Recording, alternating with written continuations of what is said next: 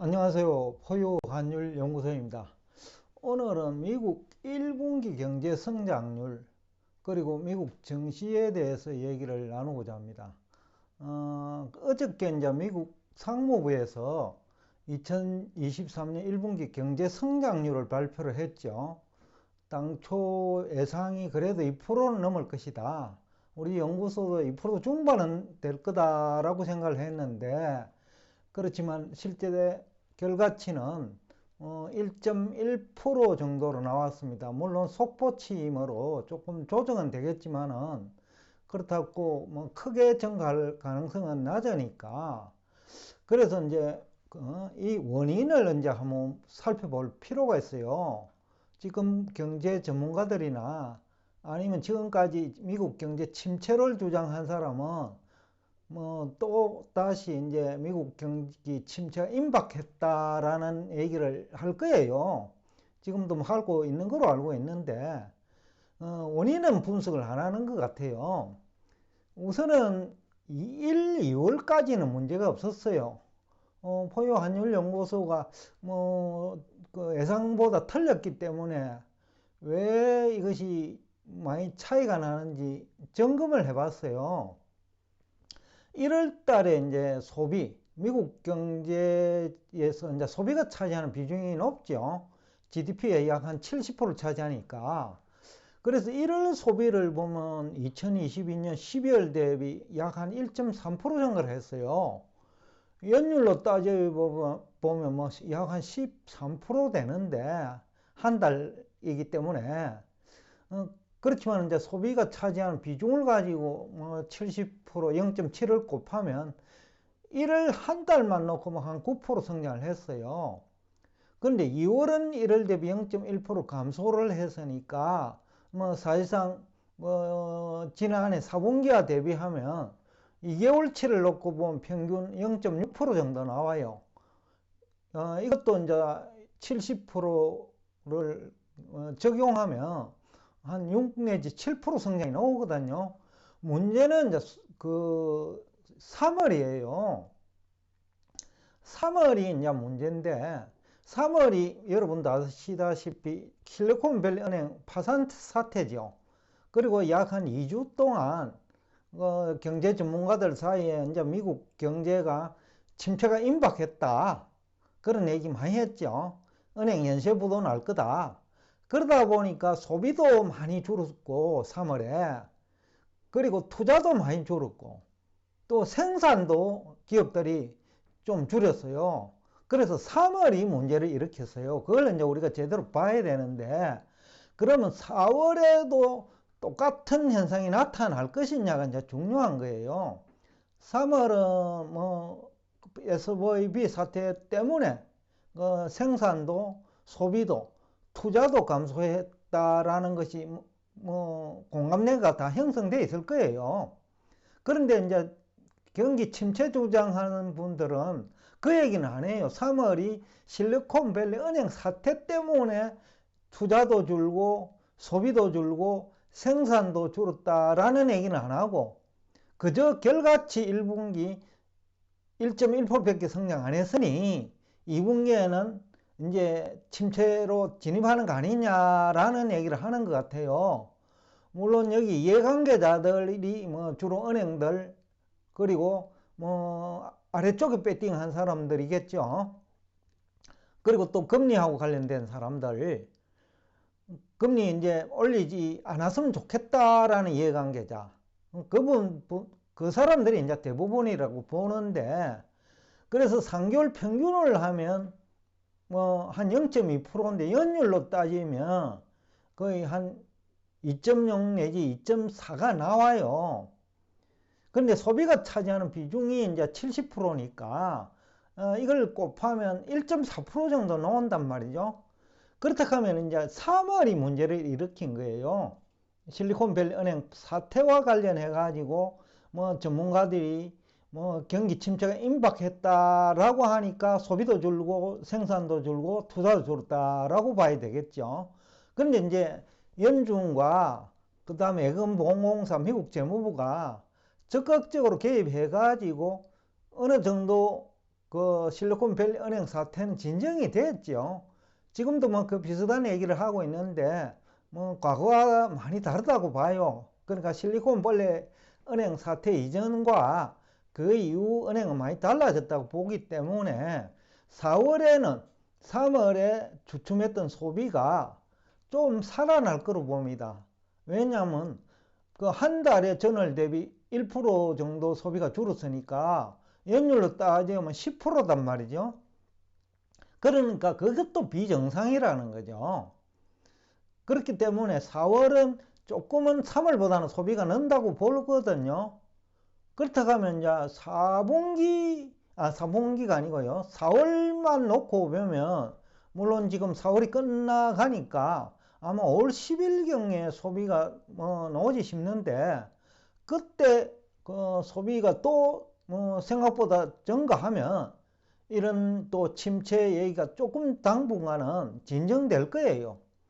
또 1분기 성장률 둔화 자체가 악재 성격도 있지만은 즉 성장률이 둔화되었으니까 다음 분기에 더 둔화될 수 있다라는 그래프 분석하는 사람이 있죠.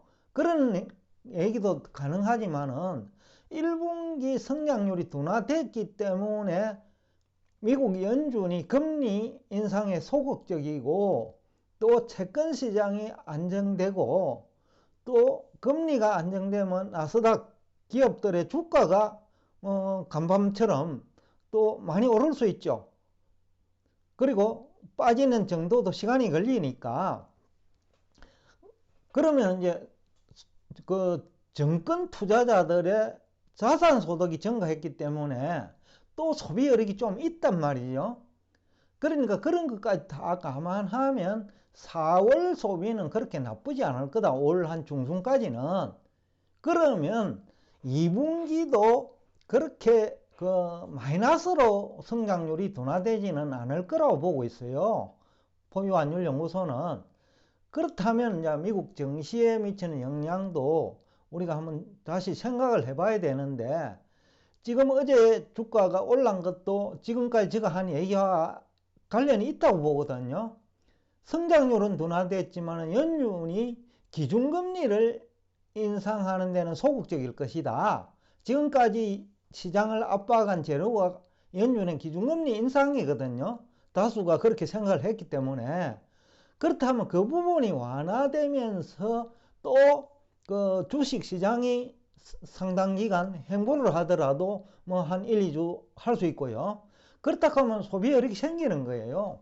그러면 4월 소비도 나쁘지 않을 거고 5월 중순까지 괜찮으면 6월이 좀 나빠진다 하더라도 1%대까지 나온다고 봐요. 2분기도 마이너스로 갈 거로 생각하지는 않아요. 그렇다고 하면 이제 미국 증시가 그 박스권에서 올 중순 내지는 5월까지는 등락할 거라고 봐요. 그것이 또 호재가 될 수 있다는 거죠.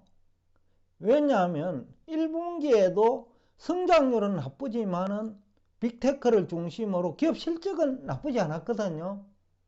그것이 이제 유럽 쪽의 S&P 500개업 중에서 매출액이 약 한 40%가 미국 밖에서 이루어지기 때문에 유럽 경제가 생각보다 괜찮단 말이죠. 캐나다도 마찬가지고. 그렇다고 보면 2분기도 그렇게까지는 성장률이 마이너스로 떨어지지는 않을 거로 봐요. 그리고 소비에 영향을 주는 요인이 증시가 굉장히 중요한데 4월 증시가 실리콘밸리 사태 이후에 올랐잖아요. 즉 소비 여력이 있다는 거죠. 또 3월 실리콘밸리 은행 사태 때문에 고용도 좀 주춤한 면이 있었을 거예요. 그리고 그 투자도 주춤한 부분이 있을 거고 또 우리나라 LG라든지 그 다음에 다른 기업들 2차전지 업종들도 미국에 지금 투자를 하고 있고 반도체도 마찬가지고 다른 나라도 마찬가지일 거예요.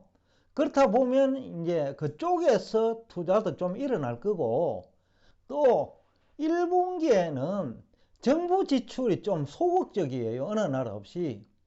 왜냐하면 1분기에는 뭐 내부적으로 계획도 세우고 그런 게 있거든요. 연도가 새로 시작되면.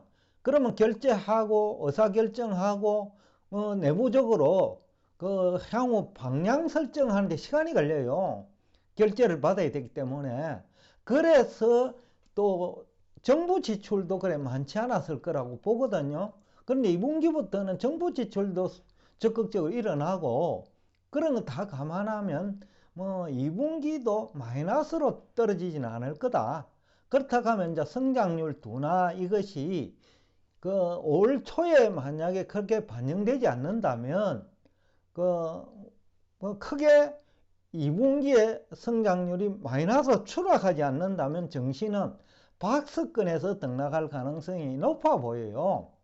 그래서 이제 미 증시 상승 배경을 보면 크게 보면 이제 한 3개 정도 되지요.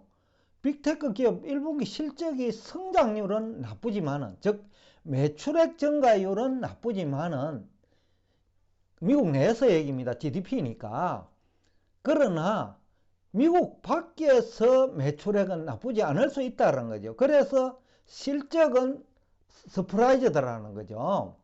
그 다음에 연준이 금리 동결 기대를 또 하고 있는 사람이 있단 말이죠. 그런 것도 이제 영향을 줄 거고 아마 올 초에 연준이 어떤 형식으로든 언급은 할 것 같아요. 성장률이 이제 큰 폭으로 둔화되고 이런 부분들 언급을 하게 되면 긍정적인 영향도 있을 거라고 보고 또 국채 시장이 이제 안정되면 국채를 많이 보유하는 은행들 위기도 상대적으로 진정될 수 있겠죠. 즉 대출 여력이 생긴다는 거예요. 그렇다고 하면 이제 상업은행도 상업건물 대출이죠. 그런 부분도 조금은 해소될 가능성이 있다. 그리고 금리 안정 수혜 주식도 많거든요. 그래서 나스닥 종목이 간밤에 많이 오른 이유 중에 하나라고 보는데 결국은 이제 경제 성장률 둔화는 악재이지만은 이 성장률 둔화가 호재 성격도 있다는 거죠. 왜냐? 연준이 기준금리 인하에 소극적으로 바뀐다면 지금까지 증시를 억눌렀던 기준금리가 증시 상승을 가로막고 증시 하락 원인이었다면 그 문제는 어느 정도 해소됐다. 그런 측면에서 이제 볼 수 있고 또 부동산 시장 같은 데도 더 이상 하락하지 않는 그런 시나리오도 한번 그려볼 수 있고요. 물론 이제 부동산 투자도 3월에는 많이 줄었어요. 그때 뭐 은행에서 돈도 못 빌릴 상황이고 하니까 또 연쇄도산 얘기도 나오고 하니 아마 부동산 쪽도 투자가 많이 줄었을 거예요. 근데 이제 지금 어느 정도 연준이 개입하고 예금보험사 개입하고 미국 재무부 개입하면서 어느 정도 진정이 됐기 때문에 또 그런 요인들이 또 주가 하락 요인을 어느 정도는 완화시킨 측면도 있다. 그래서 전체적으로 보면 악재와 호재가 공존하기 때문에 올해도 그렇게까지 주가가 많이 빠지지 아니하고 조금 지금까지 올랐기 때문에 조정폭은 좀 있겠지만은 지난해 10월처럼 그렇게 주가가 많이 빠질 가능성은 낮다라고 포유환율연구소는 분석을 하고 있습니다. 그래서 어제 이제 성장률 둔화가 악재 성격도 있지만 증시에 호재 성격도 있다라는 측면에서 봐야 되고 그렇다고 하면 증시가 좀 안정적으로 유지만 된다면 2분기 성장률도 그렇게 나쁘지는 않을 거다. 그렇다고 하면 미국 주가가 매월 이제 소비는 발표되니까요. 5월까지 나쁘지 않다면 6월에도 그렇게 주가가 큰 폭으로 빠지지는 않을 거다. 그러면 이제 박스권 조금은 이제 4개월 이상 주가가 올랐죠. 그 부분은 어떻게 보면 그 악재라면 악재이죠. 주가 올란 그 자체가. 그렇지만은 이제 또 그것이 원인이 돼가 주가가 좀 빠지면 2분기 성장률에 문제가 없다면 즉 소비는 매월 발표되니까 그것에 큰 문제가 없다면 주가 하락폭은 제한적일 것이고, 또 내리면 또다시 기술적 반동도 있을 것이다 라는 얘기를 하면서 오늘 여러분과 대화를 여기서 끝내겠습니다. 오늘도 끝까지 경청해 주셔서 대단히 감사합니다.